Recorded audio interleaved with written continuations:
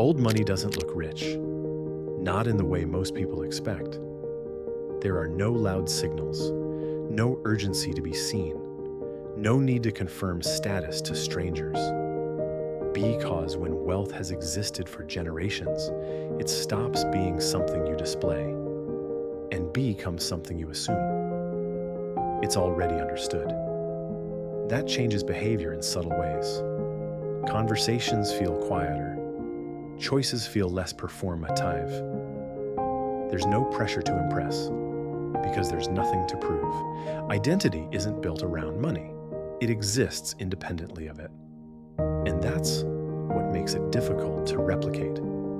Because most visible wealth is reactive. It responds to attention. It seeks recognition. Old money doesn't. It operates with a kind of stillness, a quiet confidence that doesn't ask to be noticed. And in a world built on visibility, that absence becomes its own signal. For most people, time is immediate, measured in months, quarters, maybe a few years ahead. Decisions are shaped by urgency. Results are expected quickly. Progress needs to be visible. But old money doesn't operate on that timeline. It thinks in decades, sometimes longer. Wealth isn't something to grow quickly. It's something to preserve, protect, and pass forward. That shift in perspective changes everything. Risk is evaluated differently. Opportunities are filtered more carefully. Patience becomes an advantage, not a limitation. There's no need to rush into outcomes when the horizon stretches far beyond a single lifetime. And that patience creates a certain calm. Because when you're not chasing time, you don't feel the need to force it. Things are allowed to compound, slowly, quietly, without pressure. At a glance, non-restraint can look like limitation. Buying less, choosing simpler things, avoiding excess even when it's easily affordable. But within old money circles, restraint isn't about restriction. It's about control. The ability to have access and still choose less. That discipline shows up everywhere. In clothing that doesn't demand attention, in homes that prioritize comfort over scale, in habits that remain consistent, regardless of wealth. Because excess over time becomes unstable. It attracts attention, it invites comparison, it creates noise.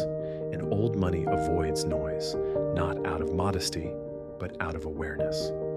They understand that what you show invites interpretation, and interpretation can distort perception. So they reduce the signal, not to hide wealth, but to keep it from becoming the focus. There's a fundamental difference in how wealth is used. New money often expresses itself through consumption, visible upgrades, immediate rewards, a lifestyle that reflects recent success.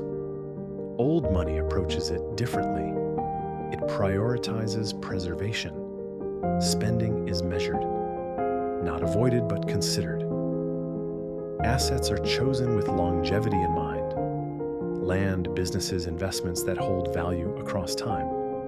Not just things that feel valuable in the moment. Because the objective isn't to enjoy wealth as quickly as possible, it's to ensure it remains. That creates a quieter relationship with money, less emotional, less reactive, more deliberate. You won't always see it, but it's there, in the structure behind decisions, in what isn't bought, in what is kept, and in what is quietly passed on. Hot old money doesn't communicate status directly. It signals it. Through details most people overlook. Fabric, fit, context, the absence of logos, the consistency of choices. Nothing feels forced because nothing is trying too hard.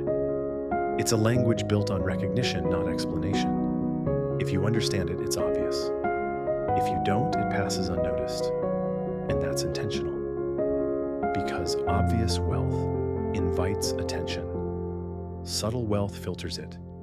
It creates a boundary without announcing one. This is where quiet luxury lives, not in price tags, but in precision, in knowing exactly how much to show and how much to withhold. Because at that level, visibility is not the goal. Recognition is. And recognition only works when it isn't available to everyone. Old money doesn't rely on visibility, it relies on access. Opportunities don't come from being seen, they come from being known. Quiet introductions, long-standing relationships, circles that don't expand easily and don't need to. There's no urgency to broadcast success when the right people are already aware of it. Because at that level, reputation travels differently. It moves through conversation, not content, through trust, not attention. And those networks are built slowly, over years, sometimes generations, not through sudden visibility, but through consistent presence. You don't apply to enter them, you're brought in. And once inside, there's an unspoken understanding. Privacy is maintained, discretion is expected, and status is never explained. Attention can be valuable, but it can also be unpredictable. Old money understands that visibility invites scrutiny, and scrutiny creates variables, public opinion, criticism, exposure that can't be controlled. So it avoids unnecessary attention altogether, not out of fear, but out of strategy. You won't often see old money chasing headlines or inserting itself into public narratives. There's no need, because influence doesn't always require presence. Sometimes it works better in the background. Decisions are made quietly, movements happen without announcement. Wealth is protected by distance, because once something becomes visible, it becomes vulnerable. And at that level, protection matters more than recognition. Old money isn't built overnight, it's shaped early, through environment, expectation, and repetition. Behavior is taught indirectly through observation, correction, and exposure to certain standards over time. It's not just about formal education, it's about cultural awareness, social intelligence, knowing how to navigate rooms without drawing attention, and how to carry yourself without needing validation. These things aren't rushed. They're absorbed over years of consistency.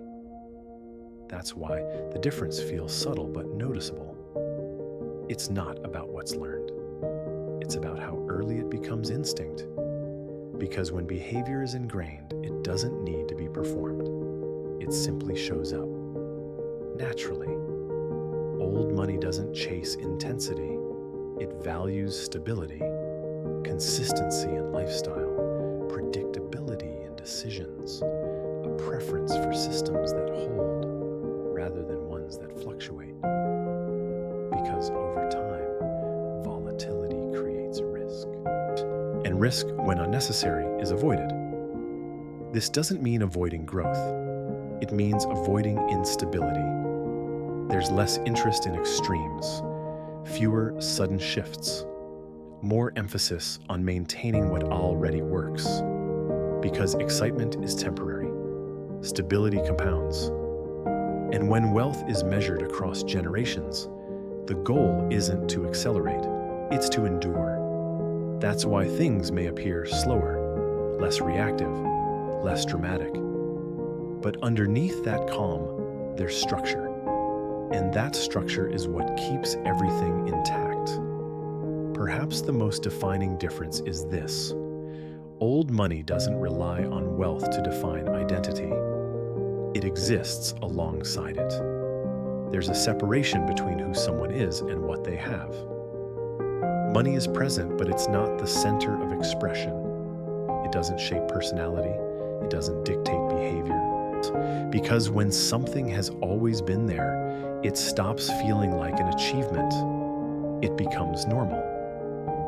And when wealth feels normal, there's no need to build identity around it. That's why it feels understated. because nothing is being proven. The confidence isn't coming from possession, it's coming from certainty. And that certainty doesn't need reinforcement. Old money isn't just wealth, it's a system, a way of thinking that prioritizes control over display, patience over speed, and preservation over expression. It's built quietly, reinforced over time, and protected through behavior. That's why it's difficult to imitate. Because it's not just about having resources, it's about how those resources are approached, what's shown, what's withheld, what's valued. You can replicate the surface, the clothes, the environments, the aesthetics. But the mindset? That takes time. And time, more than anything else, is what separates visible wealth from inherited stability.